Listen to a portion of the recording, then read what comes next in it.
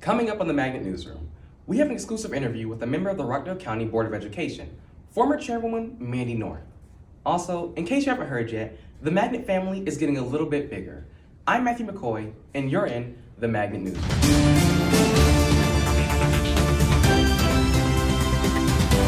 This is the Magnet Newsroom. We begin with the Magnet Newsroom exclusive. Last week, we had the chance to interview board member Mandy North, who has been on the board since her election in 2012. Here now is Chief Anchor Kelsey Andrews with the interview. Okay. Good afternoon, Magnet Newsroom. I am joined here by today. I'm going to let her introduce herself. Hi, I am Mandy North, and I am on the Rockdale County School Board. It's very nice to have you, Ms. North, and we're very excited about this interview. I have a few questions for you. Starting off, what is your role in education and how did you get involved? What's your background? Well, I have 3 boys who attended all Rockdale County schools from elementary all the way through high school. And I was at that point involved being volunteering in the classroom, PTA, room mom, chaperone on field trips. After my youngest became old enough to drive himself around, I wanted to get on the school board because I work from home and I've always been passionate about public education.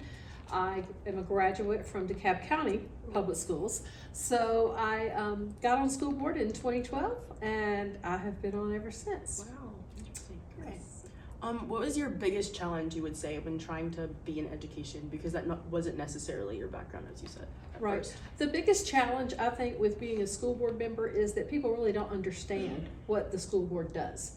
A lot of the people, the voters in our community, think that we influence who maybe gets hired or fired or who gets awarded contracts for schools, and we don't get involved in those daily administrative functions. That is for our superintendent, Dr. Oates, and the leadership down below him. So as school board members, we set policy, like the discipline policy or the things that you sign on at the beginning of the school year.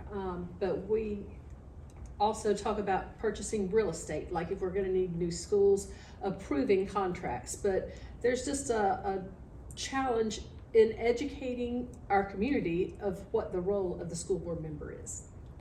Okay. My follow-up question to that, what does a board meeting typically look like? Because you talked a little bit about that, but let's expand some more on that. Okay, in our board meetings, it follows Robert's Rules of Order. So we, at those first meeting of the month, that we have 2 meetings, every second and third Thursdays. The first meeting is considered our working meeting, where we have members of the superintendent's cabinet present to us on items that is in their wheelhouse, in their department. So we'll have the financial, the CFO present on the budgets. We'll have our operations manager present on things we might be doing in the schools, like painting or refinishing gym floors, that type thing. And then if they have anything that needs to be approved by the board, typically contracts that are over $50,000, they will ask or have an action item that we will have a week to think about, look at any background information to answer any questions we might have, and then we'll vote on it at the second meeting of the month, the regular meeting. And that's also the time when we recognize our students for accomplishments, and it could be something from a sports team to academics to science fairs. You guys have seen and been acknowledged at our meetings. So our typical school board meetings involves listening to getting updates on what's going on by department, and then voting on any new action items that we have. And what's your favorite part about being on the school board? I think the interaction to see how awesome our schools are, and you can't be in every school, obviously, but to see the opportunities that we have here in Rockdale County for our students, for all different varied interests, it's awesome to get to see what these kids are doing with their talents. That's one of my favorite things is seeing that. Yes, ma'am. You've kind of seen all sides of it. You see the background, and you're a parent in schools. Yes. What did you go to college for? Accounting. Nice. That's something that's probably not taught a lot in high schools. It was taught in the high school where I was. I believe there's an accounting class over at Salem High School. But accounting is what I went to school for. I had 3 years of it in high school. went to college and graduated with an accounting degree and then set for the CPA exam. So that's what I do, is tax preparation for small businesses and individuals, and then bookkeeping as well. Okay. And what is that like, being a school board member and having an everyday life? How do you balance all of that? Well, I balance it more now because my kids are not in school as much. All of my boys are already graduated, so I have more time to devote to being a school board member because I was a single mom. And so raising them, my life consisted of their calendar, the sports games, the competitions. And then once they kind of got a little bit more independent, I was able to become a school board member because I had more time at that point. And what is the biggest challenge that you've seen our schools going through lately, especially after COVID and how the pandemic was and all of that? I think our biggest challenge right now is mental health. From being isolated, it affects everybody differently.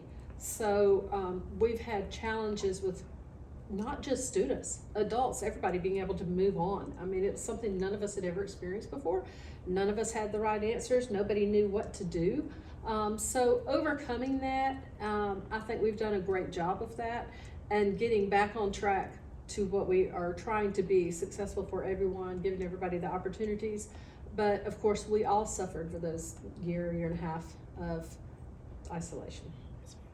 And was there any work the school board especially had to do coming from COVID with trying to deal with all of the, I guess, procedures and protocol and all of that? How did you guys handle that? We had to establish a lot of extra wraparound services. We weren't sure exactly what our students were going to need, so we definitely made sure that in our funding, that's another task of the school board, is to adopt the budget. So we made sure that we put in extra tutoring opportunities. We were funding all the things to help kids get caught back up for those kids who might have fallen behind. Thank you.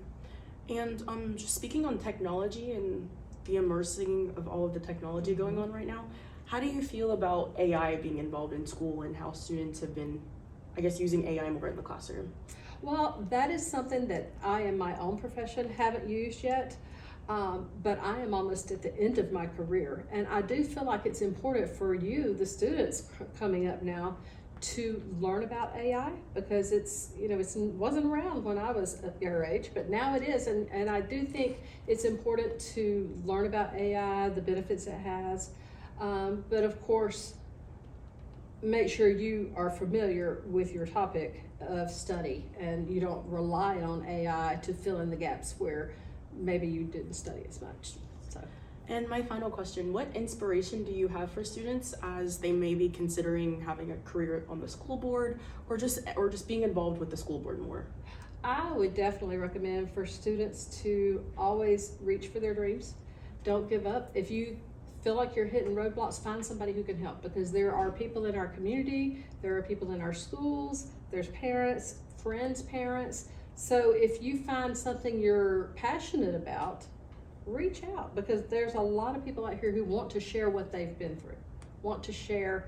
I mean, I would love to talk to somebody about accounting if that's something they're interested in. So for students, I think they need to reach out and never give up. Thank you so much. You're and welcome. thank you, Magnet Newsroom. You are joined by Kelsey and Miss North. Thank you to Ms. North for taking time out of her day to speak with us. Turning now to celebrating distinction at Magnet, congratulations to Junior Barkley Dowdy, who gave a speech at the annual MLK Junior Day breakfast hosted at RCA on MLK Junior Day last month. This year's theme was to encourage community youth to develop leadership skills and honoring Dr. King's legacy. In his speech to the celebration, Barkley shared some of his visions for the future, hoping to attend Morehouse College, Dr. King's alma mater, where he hopes to continue his passion for gaming and maths. Turning to speech and debate, also last month, 3 students from the speech and debate team won various awards, a total of 5 at the Lycitter Invitational. Congratulations to Abigail Buchanan, who won first place in original oratory, and to Olivia Land and Justin Conley on winning 2 awards each. Have you heard the exciting news? We are excited to announce that our Magnet family is getting a little bigger. Last Monday, Miss Christie, one of the research teachers here at Magnet, announced in a staff meeting that she is pregnant. She told her students later in the week, and we are so excited for her and her husband and their entire family, including her father, who some of you may know. Many of you may know that Miss Christie's father, Mr. Hernandez, is a teacher at General Ray Davis School. and we are so happy that he is a soon-to-be grandfather. Congratulations again to Miss Christie and her entire family. As you know, every year the Senior Leadership Committee creates a list known as the Senior Superlative, which are funny, lighthearted honors and descriptions of some members of the senior class. These will be featured in this year's memory book. Now, here are the results.